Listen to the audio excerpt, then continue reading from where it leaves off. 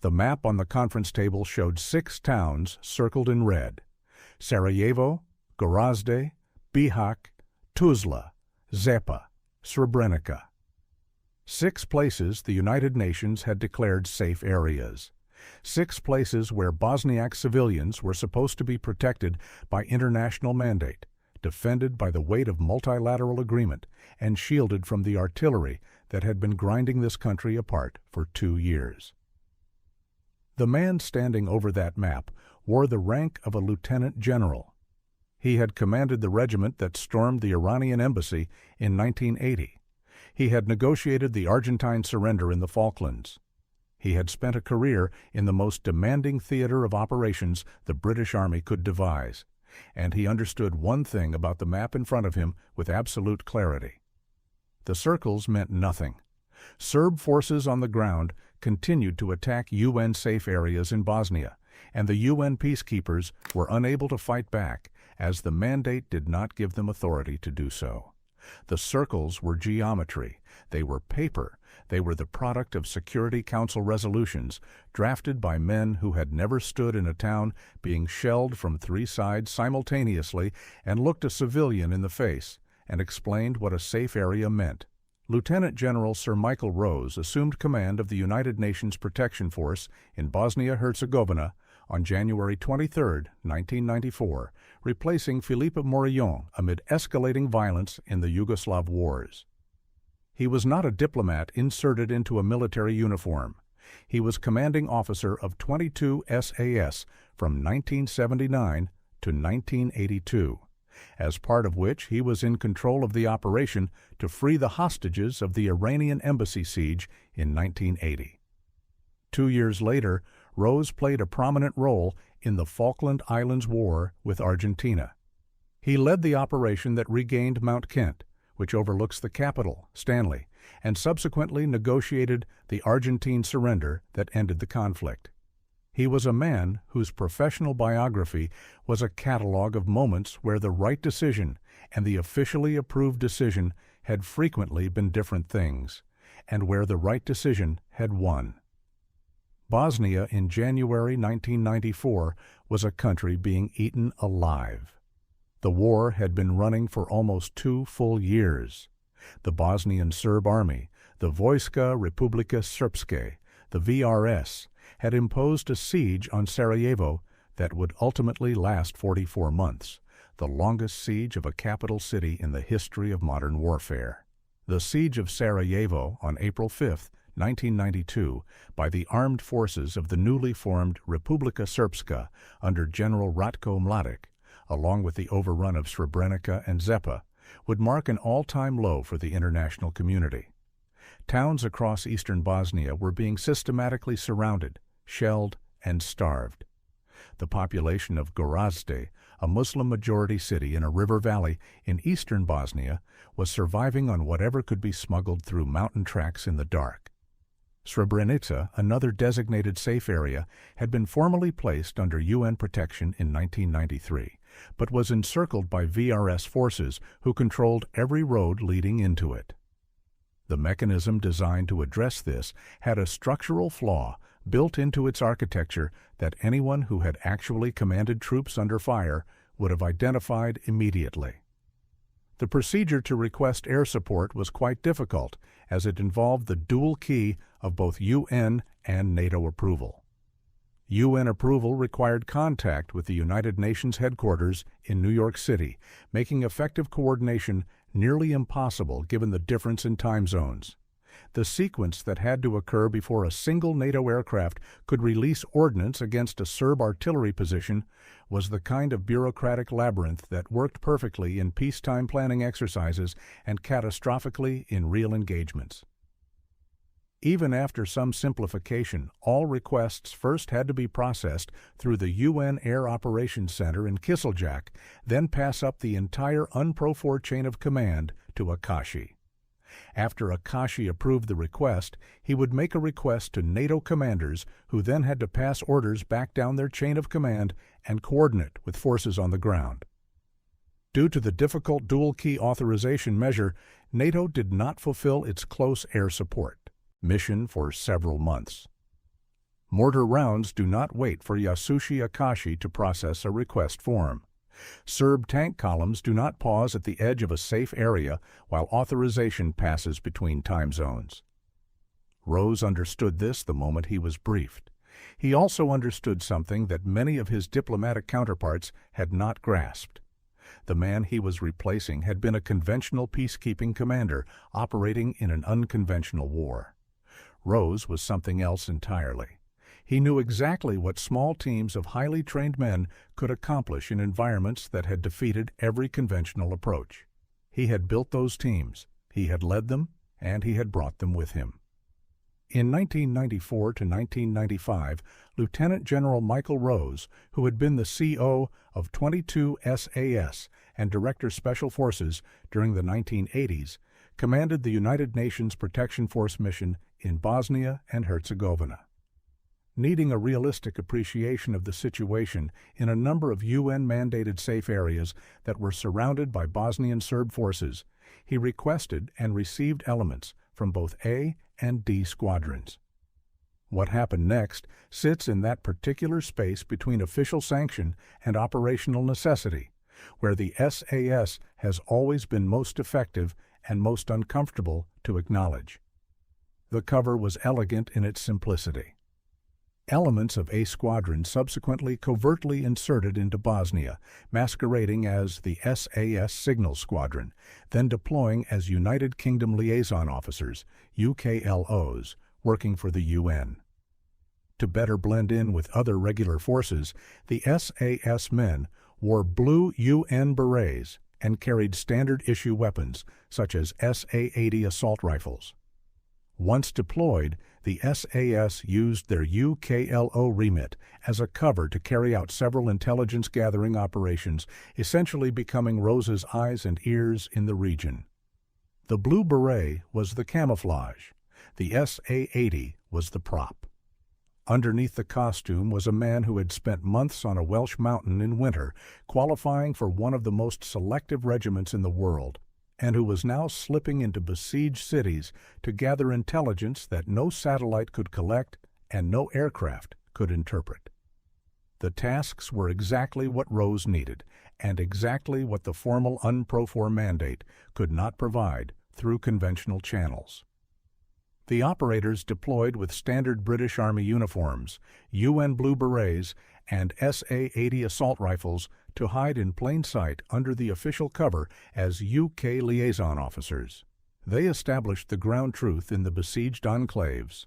As these men were trained as forward air controllers, they were also equipped with laser target designators to guide NATO aircraft should the decision be made to engage Bosnian Serb forces.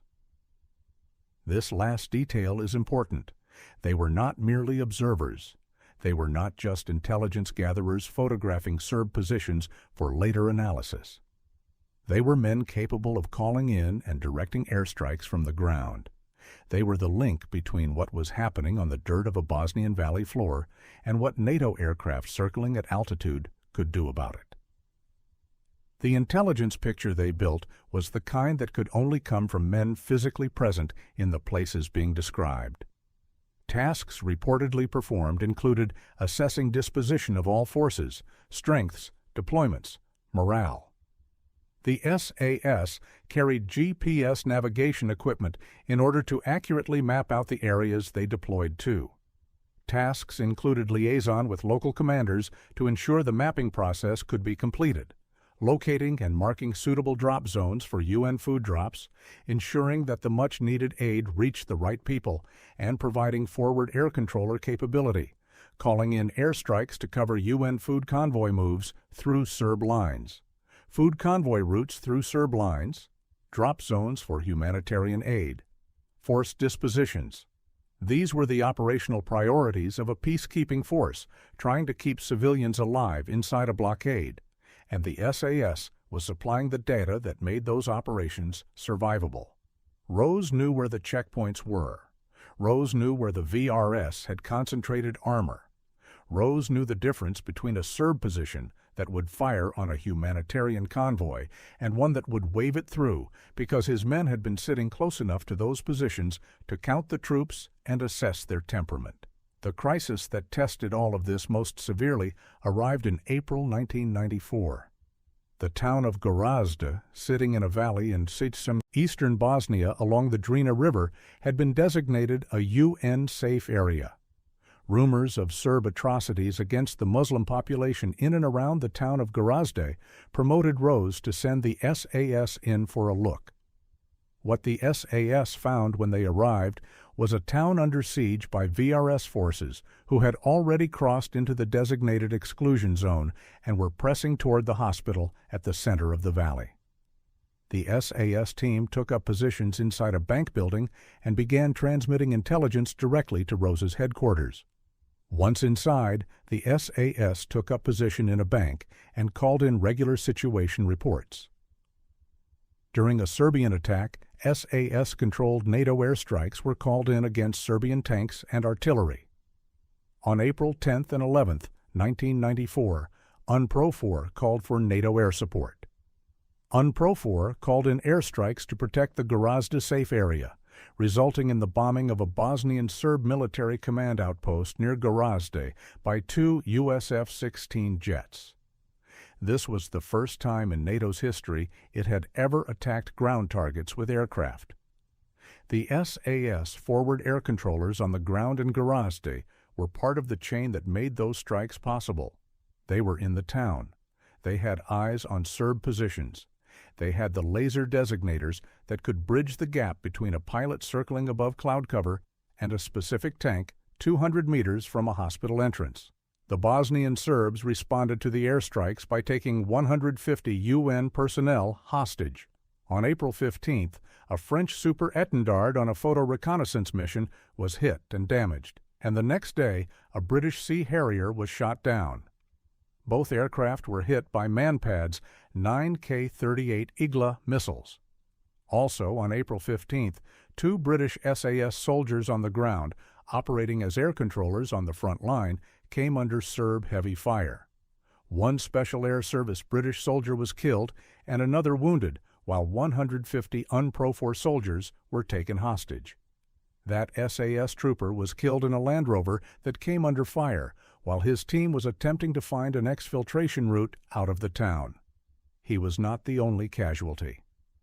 On the 16th of April, 1994, as part of Operation Deny Flight, a Royal Navy Sea Harrier FRS, one of 801 NAS, flying from HMS Ark Royal, was shot down by a Serbian A-7SAM, but its pilot was rescued by a four-man SAS team operating within Gorazde. The same team called in a number of airstrikes on armored columns entering the city, until they were forced to escape through the lines of encircling Serbian paramilitaries to avoid capture and possible execution. The pilot ejected and linked up with the SAS. Eventually, the SAS, with Royal Navy pilot in tow, managed to exfiltrate the area on foot for eventual pickup by helicopter. That exfiltration, through Serb lines, with a downed naval aviator in tow, no vehicles, no supporting force, no extraction helicopter waiting at a designated point. Just four men on foot navigating through a collapsing tactical situation is the kind of operation that never appears in official records as anything other than a footnote. The Sea Harrier pilot, Lieutenant Nick Richardson, would later write an account of it. After the Harrier shootdown, NATO did not carry out any further strikes around Gorazde. The international mechanism had buckled again. The approval process had taken too long, the Serbs had taken hostages, and the military tool had been retracted before it could change conditions on the ground in any lasting way. In January 1994, Rose assumed one of the toughest and most delicate military commands in the world, leading the UN forces in Bosnia and Herzegovina. Within weeks, he had won praise from around the world for his ability to combine diplomatic skills with military judgment. But the praise came with a counterweight. Rose would subsequently be criticized for not taking a firmer line with the Serbs. Western governments criticized him for not making more effective use of the NATO air power at his disposal to influence the situation on the ground to stop and even reverse ethnic cleansing. This provoked criticism from some quarters that he was too slow to launch airstrikes against Serbian positions. The criticism reveals a tension at the heart of the entire operation. Rose occupied a position that had no clean answer. The SAS teams he deployed were circumventing the formal approval process not by breaking it, but by being present in places where formal approval had no operating mechanism. When his forward air controllers called in a strike on a Serb tank column moving through a UN exclusion zone toward a hospital, they were not violating NATO protocols. They were using the official Joint Terminal Attack Control System that NATO had designed. What they were doing, without formal sanction, was being physically present in a place where that system could actually function. Getting the SAS into Gorazd was the decision that the bureaucratic structure had not approved. Calling the strike once they were there was using an approved mechanism. Rose operated in that gap throughout his tenure. He sent teams into Sarajevo with the same method. An SAS team infiltrated through Serbian lines to reach the city of Sarajevo, which was surrounded by Serbian forces. Once inside, the SAS called in NATO airstrikes against Serbian positions. The Sarajevo exclusion zone, the ring of heavy weapons that Serb forces had agreed to move after the marketplace bombing of February 1994, was enforced partly through the presence of men who could call in immediate air support if the agreement was violated. Those men had to be somewhere specific for that to work. They were. The broader NATO structure, the capitals, the committees, the planning cells, all remained formally reluctant to commit to the kind of interventionist posture that would have required placing their soldiers at direct risk. In the NATO capitals, the Western European governments were only prepared to commit ground troops casualty-averse to operations that would not escalate. The political logic was understandable. The humanitarian consequence was not. The year 1995 brought the most catastrophic proof of what happened when the system failed completely. A two-man SAS reconnaissance team was covertly inserted into the UN-safe area of Srebrenica, where a Dutch UN battalion was supposedly protecting the population and thousands of Bosniak refugees from threatening Bosnian Serb forces. The SAS team attempted to call in airstrikes as Serbian forces attacked, but were frustrated by UN bureaucracy and ineptitude.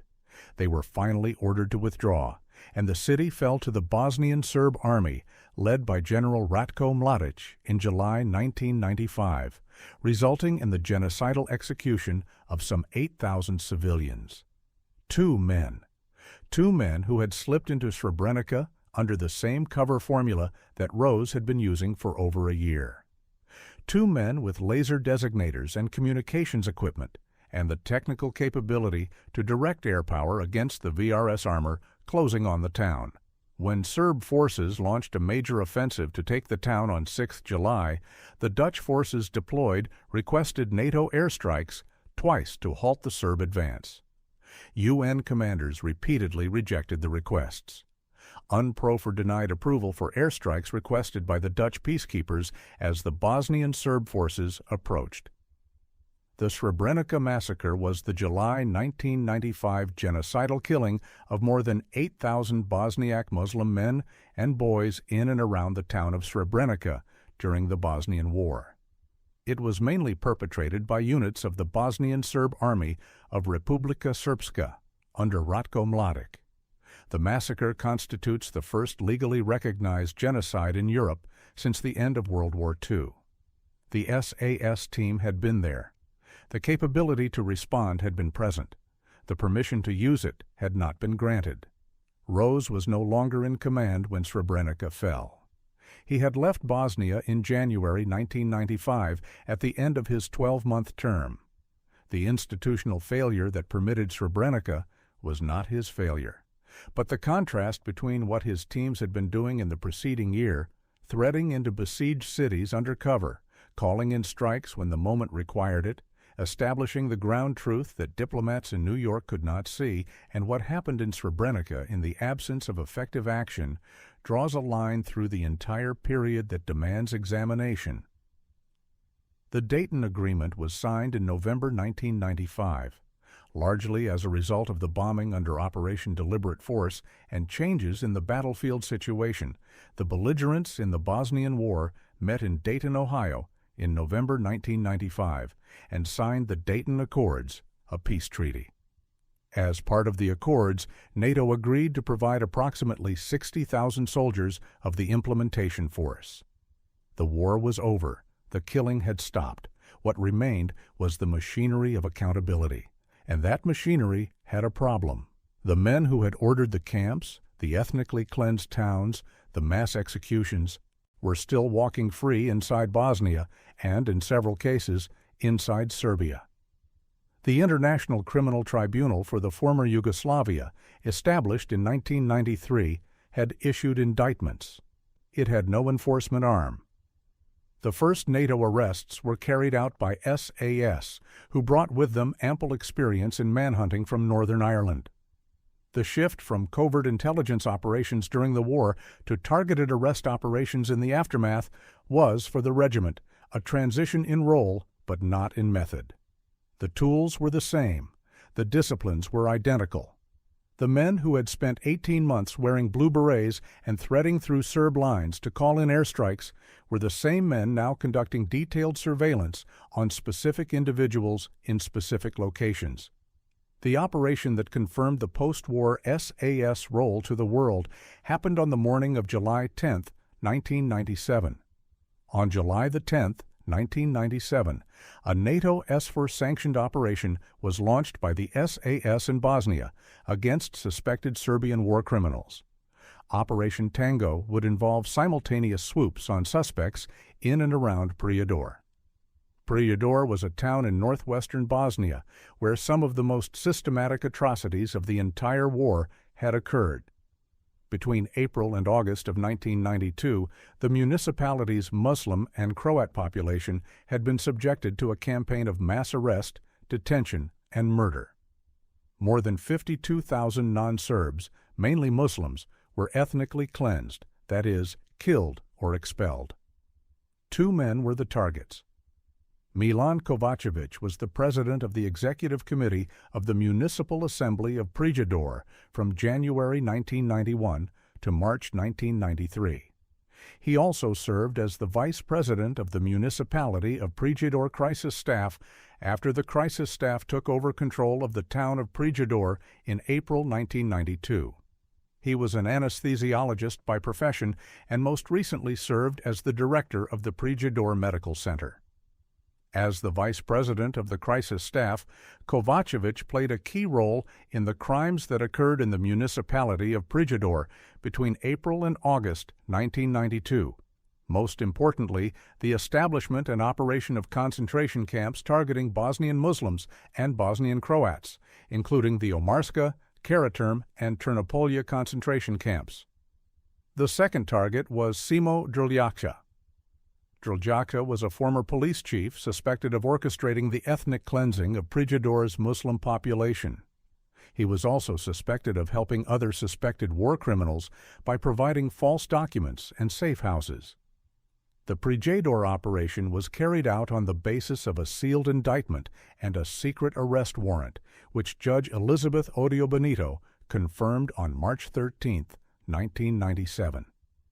The sealed indictment was a key innovation. The suspects did not know they were wanted. There would be no months-long period during which word could leak through the network of former officials and local loyalists that made Bosnia, in the late 1990s, a place where intelligence could travel faster than helicopters. The location and identities of the 2 suspects had been confirmed by covert surveillance, rumored to have been carried out by 14 Company. 2 5-man SAS teams carrying indictments issued by the International Criminal Tribunal for the former Yugoslavia were inserted into the area by helicopter, thought to be a Chinook, flown by 7 Squadron RAF. 10 men in total. 2 teams. 2 simultaneous objectives designed to prevent either target from being alerted by the arrest of the other. The arrest of Kovacevic was executed with the kind of methodical precision that becomes possible only when surveillance has been thorough enough to know not just where a man is, but what his routine is, who he expects to see, and what cover story will get a team through a front door without triggering an alarm. At the time of his arrest, Kovacevic was the director of Prijedor Hospital. At 9:30 a.m., July 10, 1997, a team of SAS moved in. The SAS talked their way into the hospital by posing as Red Cross officials, their 9mm pistols concealed beneath their clothing. The SAS men arrested Kovacevic, who did not resist. Kovacevic was flown by U.S. helicopter to the American base at Tuzla, then was airlifted by C-130 to The Hague to face trial. Kovacevic would later die in custody from a suspected heart attack. The second arrest did not go as cleanly. As the other SAS moved in on the hospital, another team approached Drlyaka, who was part of a fishing party at Prijedor Reservoir. Not prepared to go quietly, Drlyaka opened fire on the SAS, lightly wounding a trooper in the leg. Former police commander in Prijedor, Simo Drlyaka, was killed in this operation because of his resistance to the arrest. The SAS trooper wounded in the exchange was the only British casualty. Drlyaka, the man who had spent 1992 running the network of concentration camps that had swallowed tens of thousands of civilians and spat back corpses, died in his swimming trunks by a reservoir, having chosen to shoot at the people sent to arrest him. The first operation, codenamed Tango, was far from an unmitigated success. Of the 3 war crime suspects targeted in July 1997 in the town of Prijedor, one was shot dead resisting capture. Another was taken from a hospital by soldiers disguising their intentions by carrying a parcel with the Red Cross emblem on it, a breach of the Geneva Conventions. The Geneva Conventions point would generate protest from the Republika Srpska government and from Russia. But the broader assessment within the international community was unambiguous. The Hague Tribunal spokesman considered the Tango operation as very important. He hoped that it was not the last, because all of those accused for war crimes must be arrested. The institutional cascade that Operation Tango initiated was exactly what its architects had hoped for. Other nations began to act. General Clark ordered U.S. troops to make their first arrest by the end of 1997, but their initial efforts were hampered by an instinctive preference for deploying in large numbers. The first operation, intended to target 5 suspects in the U.S. sector in northern Bosnia, had to be aborted because so many soldiers and senior officers came, all arriving together in Tuzla on a giant C-17 military transport plane, that the whole town was aware a special operation was afoot. Instead, the decision was made to mount a smaller mission against a single suspect, which was easily achieved with a handful of sailors from SEAL Team 6 in January 1998. The lesson the Americans took from watching the SAS operate was the same lesson that had been applied in Iraq and Afghanistan. Small was not a limitation, small was the method. The SAS continued to expand the operations. The SAS was known to be involved with at least 2 other operations. In one, a pair of SAS troopers worked with Dutch special forces to detain Vlatko Kupreskić and Anto Furunzija. Kupreskić's subsequent fate illustrated the specific tension of the legal system these operations served. One man believed to have been seized by the SAS was Vlatko Kupreskić, a Bosnian Croat soldier who was accused of involvement in murder. After the SAS captured Kupreskić, he was removed to The Hague and initially sentenced to 6 years in prison. But in an appeal the following year, Kupreskić was found not guilty and released. The tribunal judges found there was insufficient evidence to convict Kupreskić for aiding and abetting an attack that killed Muslim residents of the village of Amici in central Bosnia in April 1993. The acquittal was the mechanism working as designed. The SAS did not decide guilt. They delivered accused individuals to a court. The court made the determination. The fact that one acquittal occurred does not invalidate the architecture. It validates it. The most operationally audacious of the post-war arrests went further than Bosnia entirely. In September 1998, the SAS crossed an international border to conduct an extraction inside the sovereign territory of Serbia, then still governed by Slobodan Milosevic. Stevan Todorovic was a Serb wanted for war crimes committed during the ethnic cleansing of Bosanski Samak, April 1992. SFOR, the NATO-led multinational force in post-war Bosnia and Herzegovina, wanted him arrested. The SAS were given the job. Unlike other S4 arrest operations, the SAS snatch mission took place within Serbia itself. Todorovic was known to be hiding in a log cabin in the Zlatibor region. Todorovic's location had been determined by signals intelligence specialists from the ISA, a U.S. Special Ops unit. On the night of the 27th of September, 1998, the four-man SAS team, all fluent Serb speakers, stormed Todorovic's cabin. He was bound, gagged, and put into a 4x4 and driven to the Drina River, close to the border with Bosnia.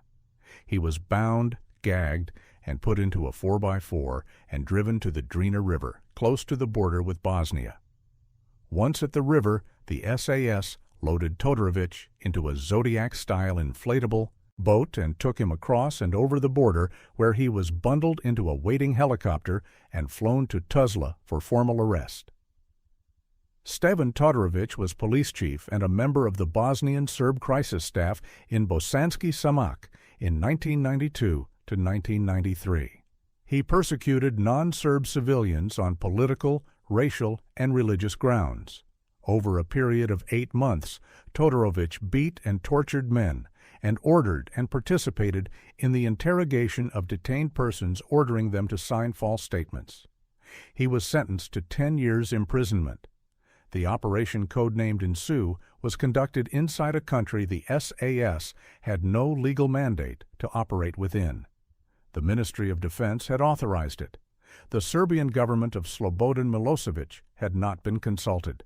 The operation was conducted successfully, with 4 men speaking the language of the country they were operating in and crossing an international border in a rubber inflatable boat in the dark. It was, in its particulars, indistinguishable from the kind of cross-border operations the regiment had been conducting since Borneo in the 1960s, since Northern Ireland in the 1970s, since the Falklands in 1982. The geography changed. The method did not.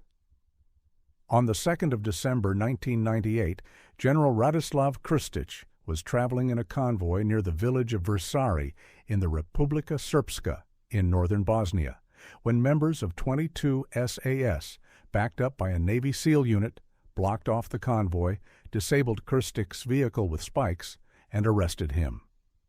Krstić was no minor figure. He was the deputy commander of the Drina Corps during the Srebrenica massacre, a man whose operational orders had directed the execution of thousands of civilian men and boys in the summer of 1995.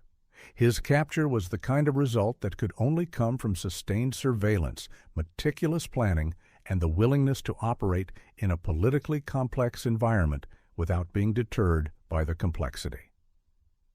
What Rose had established in 1994, deploying the regiment into places where formal authorization did not exist and institutional logic said it shouldn't, had created a template that ran continuously forward through the post-war period and into the manhunt operations that followed. The SAS troopers calling in strikes in Gorazde, navigating out of the town on foot with a downed Navy pilot, wearing blue berets in besieged cities and reporting ground truth to a general who used that truth to make decisions that the official structure could not have supported, were doing what their regiment had always done.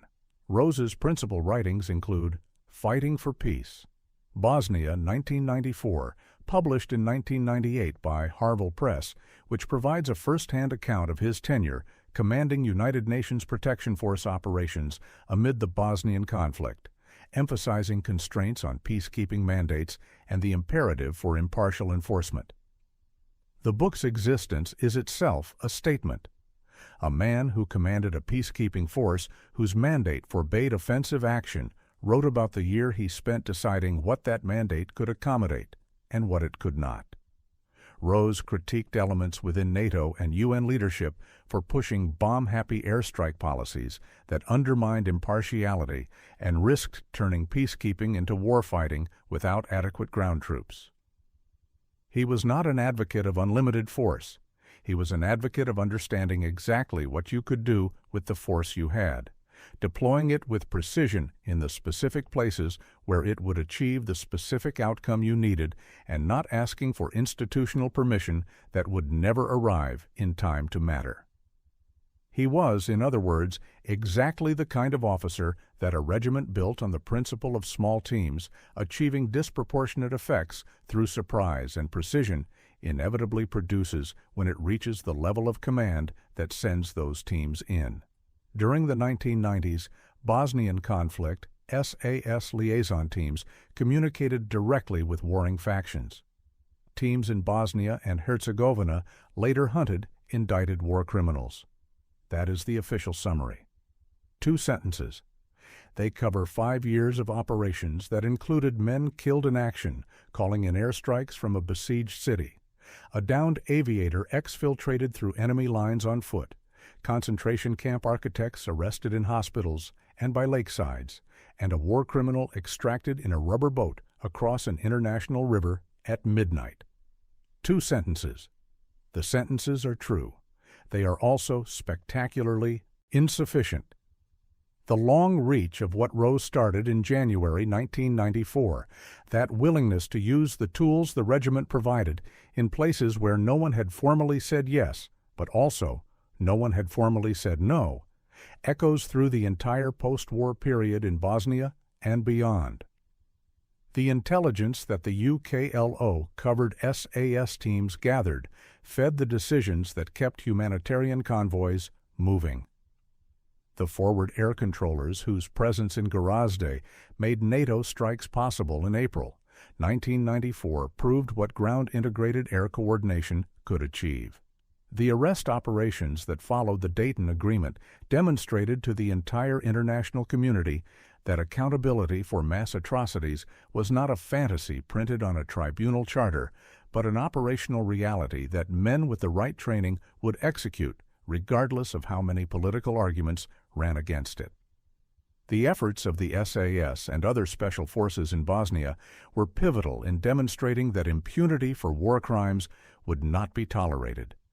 Their secret missions, often carried out with remarkable daring and precision, contributed directly to the eventual apprehension of all 161 individuals indicted by the ICTY.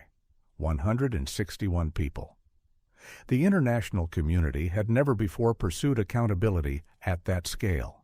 It had never before demonstrated that the men who ordered genocide would eventually find themselves extracted from hospitals and fishing trips and mountain cabins by small teams of soldiers who had been told to go and get them, regardless of the formal complexity, regardless of the diplomatic sensitivities, and regardless of the bureaucratic mechanisms that said the approval had not come through yet. Rose left Bosnia in January 1995.